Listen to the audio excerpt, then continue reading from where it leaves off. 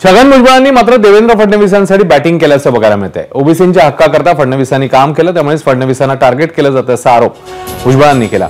तर 132 आमदार निवडून आणलेल्या भाजपचा मुख्यमंत्री होणं हे स्वाभाविक आहे असंही ते म्हणाले।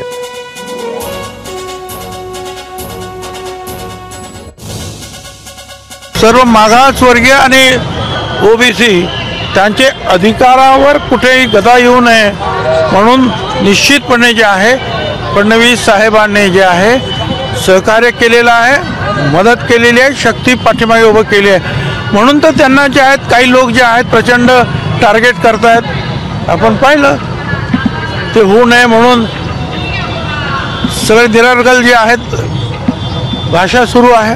याचं कारण तेच आहे की त्यांनी ओबीसीच्या हक्कावर गदा येऊ नये म्हणून काम केलं।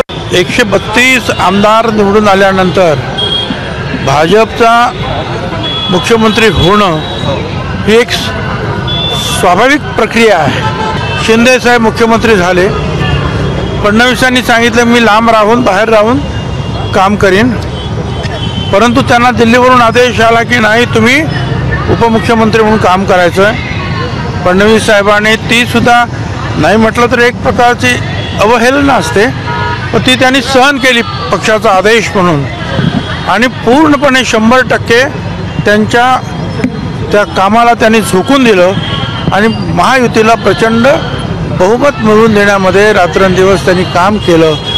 त्यामुळे बाकीचे प्रश्न जे आहेत हे आता इथे निर्माण होत नाहीत। एबीपी माझा, उघडा डोळे बघा नीट।